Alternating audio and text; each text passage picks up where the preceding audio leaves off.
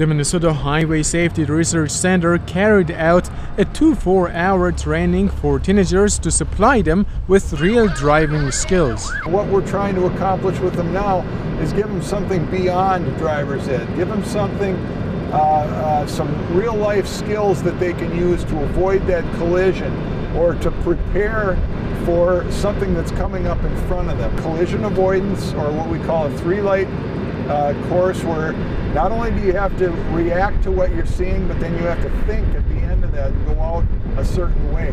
So we tell them that you go out the opposite way that you come in. So we combine reaction to then cognitive thought, where you stop the car and think, okay, now I need to go out one of these 2 ways. Which way do I need to go to keep going? Now we learn about the second skill. We show kids how to control a skid. You know, a skid for a lot of people is a real panic situation. They start to lose control of the car, and maybe they let go of the wheel, or they turn the wheel too much, or they look in the wrong direction, they look down in the ditch. Well, if you look in a place, that's where you're going to go. So we teach the kids to look at where they want their car to go, keep their eyes downrange so that they can continue to steer and get back out of that skid. The third exercise is a off-road exercise, where there are objects in the roadway that the student needs to steer around, and then we purposely have them drive 2 wheels off into the gravel and bring the car back up onto the pavement in a safe manner.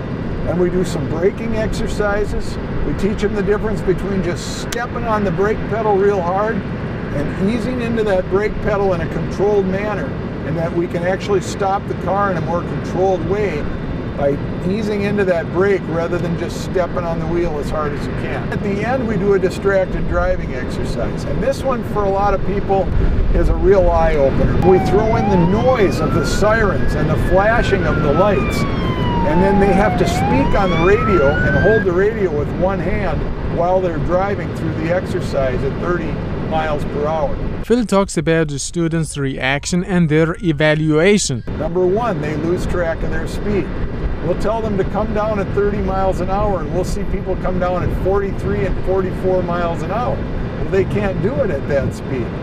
And they know they can't do it at that speed, but they lose track of how fast they're going because they got the noise, and they're trying to talk and think, and they can't do it. And we see that maybe 10% of the kids can drive this while they're talking and with the red lights and siren on, whereas almost 100% of the kids can do it while they're just focused on driving alone. Parents say they have more faith in their children after they have passed this course. I really feel so strongly that every single driver on the road should have this training and should be required to pass this course in order to get their driver's license. All the parents out here today, as we were watching our students drive, and we actually got the opportunity to drive on the slide course ourselves, we said, all of us were in consensus that we really firmly believe every single driver, when they go through driver's training, should have to pass this course, and perhaps even every 10 years retake the course and have to pass it to keep your driver's license.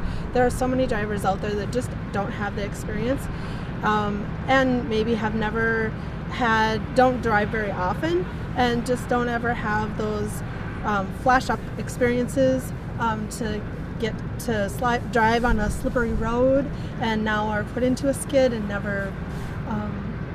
now are in potential danger of other drivers. So I think it's an excellent course that should be mandated.